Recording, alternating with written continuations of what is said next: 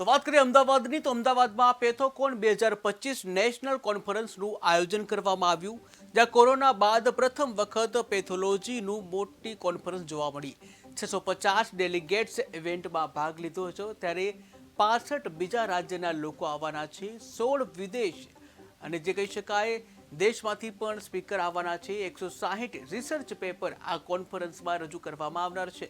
ત્યારે blood cancer, genetics, AI પર પણ ચર્ચા કરવામાં આવશે।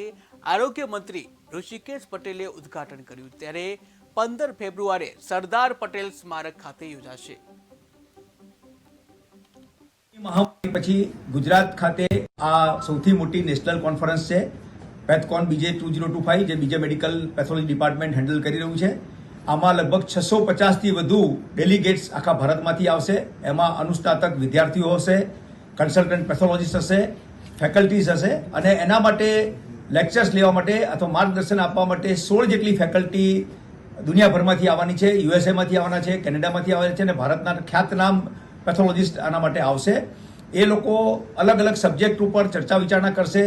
ભવિષ્યમાં જે નિદાન માટેની નવી પદ્ધતિઓ આવવાની છે, જે વિકસી છે, એના વિશે ચર્ચા કરશે। આર્ટિફિશિયલ ઇન્ટેલિજન્સનો રોલ છે એના માટે ચર્ચા કરશે। જીનેટિક ડિસીઝ છે એની ચર્ચા કરશે।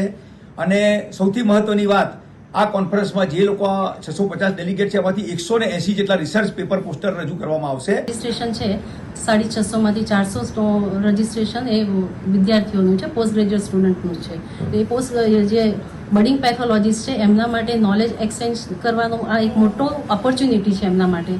તો જેટલા પણ બહારથી સ્પીકર આવવાના છે, યુએસએ, કેનેડાથી અને એક્રોસ ઇન્ડિયાથી આવવાના છે, એ લોકો પોતાનું શેર કરશે એક્સપર્ટીઝ એમની અહીંયા આગળ। આ એક એવું પ્લેટફોર્મ છે કે એ લોકો ઇન્ટરેક્શન સારી રીતે કરી શકશે અને બધી જ બેઝિકથી એડવાન્સ બધી જ મોડાલિટીમાં ડિસ્કશન થઈ જનાર છે।